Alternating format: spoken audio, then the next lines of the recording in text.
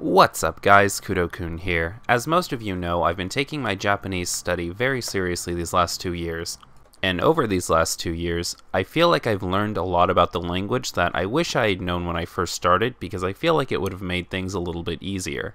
Over the course of these next 3 videos, I'd like to break down the fundamentals of Japanese to help you get started on learning the language yourself. If you've ever felt intimidated about learning Japanese, or if you're just curious about learning the language, then this should be a pretty good starting point.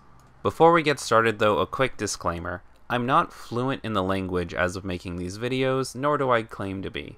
I'm just someone who's picked up a few tricks in the language that would like to pass them on to you to make your learning as efficient as possible.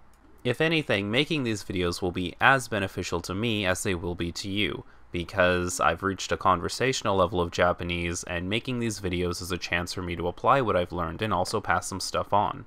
In the first part of this mini-series, I'd like to go over some of the fundamental things you should know about the language before you dive right in.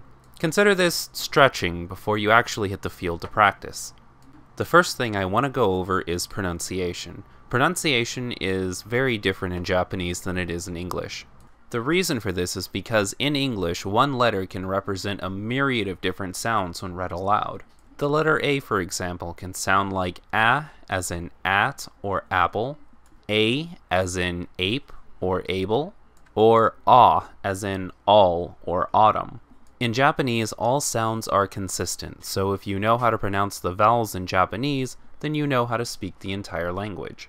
For reference, the 5 sounds are A, I, U, E, and O.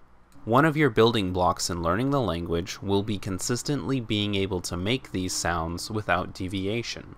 If you're one of the people who pronounces this word as manga, for example, then now you understand why it's wrong. The letter A cannot make the A sound as in ape or able when speaking Japanese. The first and second A must sound exactly the same as A. While we're on pronunciation, a quick note about the dreaded R versus L Japanese pronunciation. First of all, in learning and writing, only the R is recognized, so you can forget about the L altogether. Also, while it is important, I don't think it's something you need to stress yourself when you're first learning the language.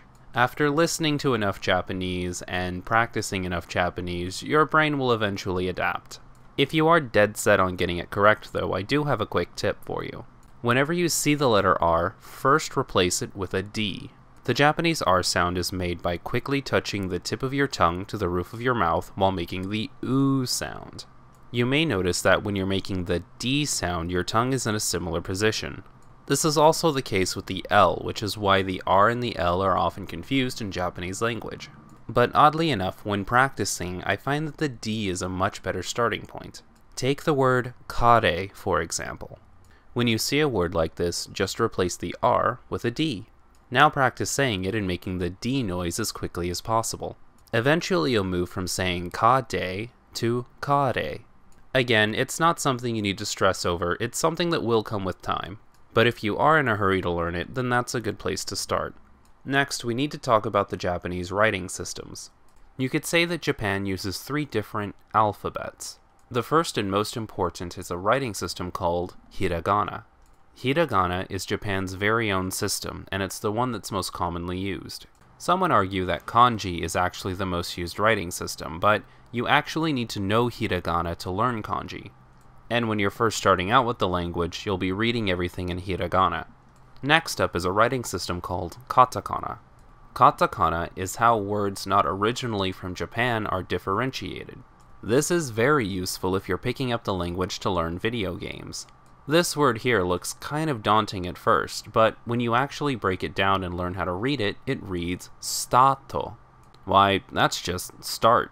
We don't even have to know what the word for start is in Japanese if we can read it in katakana. Katakana is fairly easy to differentiate from hiragana because it has a slightly blockier style. It's kind of like how in English we can differentiate between printed characters and cursive characters. Although they sometimes look wildly different, we can understand what character they're trying to represent. Finally, we hit the dreaded kanji. Kanji are the Chinese characters that were brought over to Japan. It's a huge stepping stone for people trying to get into the language, but if you can cross the hurdle, then you'll find that it's actually a lot easier to understand than people make it out to be. You may not realize it, but the internet has been preparing you for kanji for a long time. Most kanji can be separated into multiple pieces. Each piece of the kanji has its own reading. This means that each kanji can be easily understood by breaking down its multiple pieces. Tell me something. What does this word mean? You may be looking at me dumbfounded right now, because obviously it means laugh out loud. But what does this have to do with kanji? Well, that's very simple. This acronym was created by taking the first letter of each of the words and then having them squished together into one block.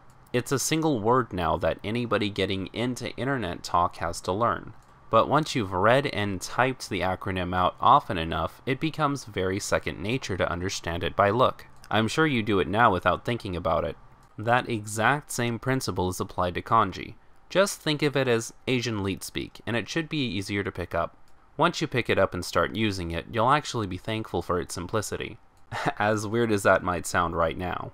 So now that we've brought up the three writing systems, we have to talk about the unfortunate truth.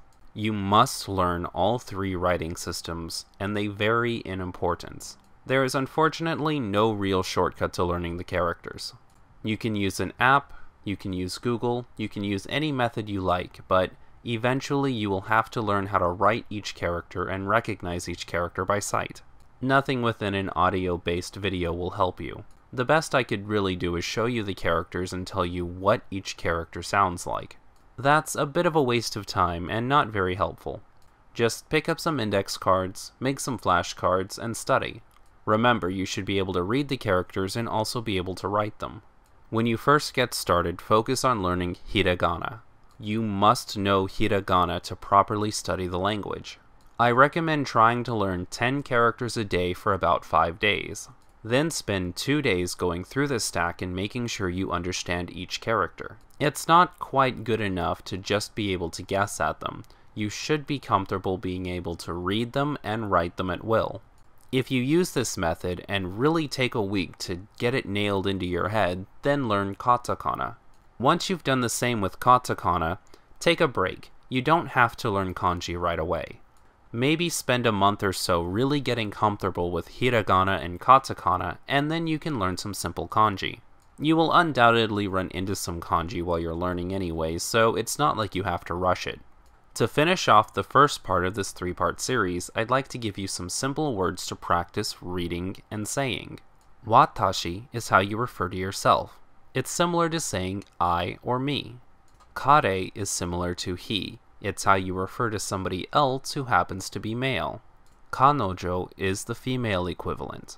It's the word you use when talking about somebody who is female. Kuramono is how the Japanese refer to fruits. On the other hand, yasai is how the Japanese refer to vegetables. Mizu is the general word for water. Ocha refers to tea, specifically the Japanese green tea. When talking about Western black tea, the word is actually kocha. These next 2 words should be familiar to anybody. Neko is how you refer to cats, while inu is how you refer to dogs. Finally, uchi is a home, or where you live. While these words are very simple, you should take them seriously. This list uses all of the vowels and most of the consonants, so it should be pretty simple to use this list to practice reading, writing, and yes, even speaking. That ends the first lesson. I hope you found it helpful. If you did, a like, a comment, or subscribing is always appreciated. But we're not quite done yet. We still have 2 lessons to go before you can consider yourself a true beginner of Japanese. See you next time!